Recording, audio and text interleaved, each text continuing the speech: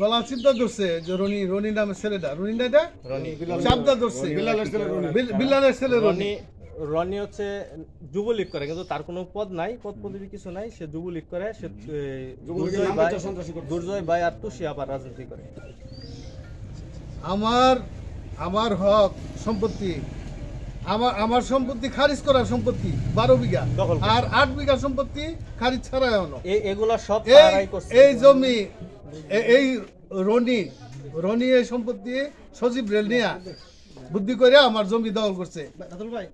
গত বছর এই জমিতে উঠে গেছে আমার জমি এমনি করে রয়েছে। আর এই বছর যখন করছে কোন অদৃশ্য শক্তি পাইছে, ইলেকশনের পরপরই তার নতুন করে আর শক্তি হয়েছে।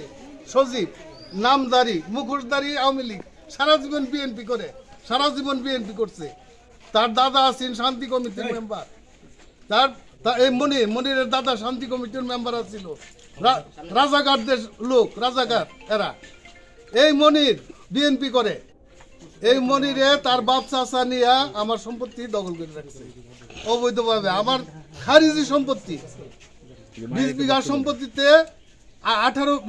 12 বিঘা খারিজ করা আর 8 বিঘা দেখে নাই। আমি চিন্তা করতেছি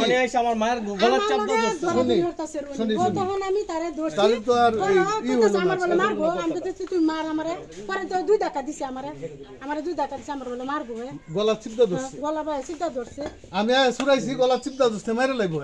কি হয়েছে ঘটনাটা? কি মারামারি লাগিয়ে পড়ছে। আমি কইছি যে বাড়ির ভিতরে গেলে ঢুকছো, পরে কইছে মারে আমারও মারবো। পরে আমারও 2 ধাক্কা দিচ্ছে। পরে আমার কালা ফিরাইছে। পরে তো খালি এই যে উড়াউড়ি, পরে এই যে ভাঙচুর হরতাছে। এই যে মোটরসাইকেল এগুলো কার? এই যে হেগো যারা আসছিল তারা। ওরা কয়টা মোটরসাইকেল আসছিল? 10টা 10-12টা, মানে এত করে হিনতুরি বড় ওই লোক বড় 15-20 জন। আর তাদের হাতে আর কি ছিল? ওই যে দাওয়াটা দেখলাম আর কি এগুলাই ছিল। তারপরে আরো দাওটাও ছিল, অস্ত্র ছিল, ওগুলো নিয়ে গেছে। এই ভাঙচুর হচ্ছে। কয়টার দিকে আসছিল? আপনি বলেন ঘটনাটা অন্য কেউ বাইরে থেকে বলে না। হ্যাঁ বাইরে তো অন্য কেউ বলে একটু আপনারা কথা বলেন না। হেরে ইয়া করতে সাইডে যাও। কি ঘটনা হয়েছিল শুরু থেকে? একটু শুরু থেকে হচ্ছে আপনার ওই আমার গাজিয়ারন আমাদের কিছু পৈতৃক সম্পত্তি আছে।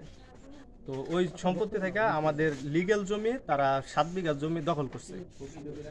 দখল করার পরে আমরা থানায় অভিযোগ করছি। অভিযোগ করার পরে সাব ইন্সপেক্টর আমিনুর ভাই গেছিল, যায় তাদের জমি থেকে উঠাই দিয়েছে এবং বলছে তাদের যে ওই কাগজপত্র নিয়ে বসতে, কিন্তু তারা বসতে চায় না।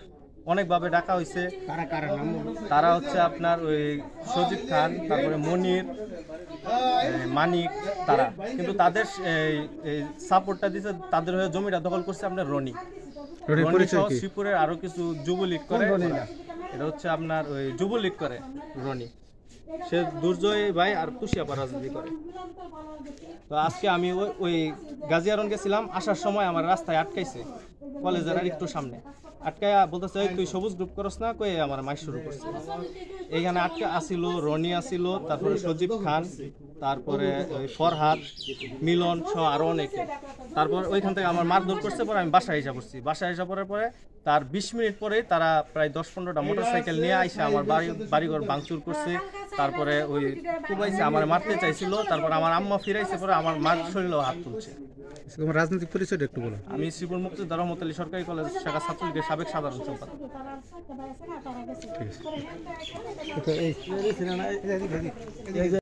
পরিচয় রনি কোনো নেতাও না বা কিছু না, বিলালের ছেলে।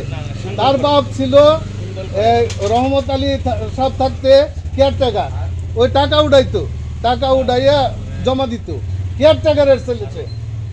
তার মা সারা জীবন মানুষের বাড়ি কাম কাজ করছে।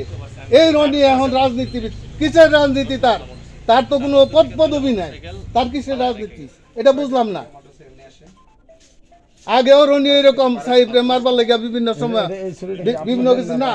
এই যে রনি আনছে ছুরি, রনির কাছে আসছিল ওই ছুরি।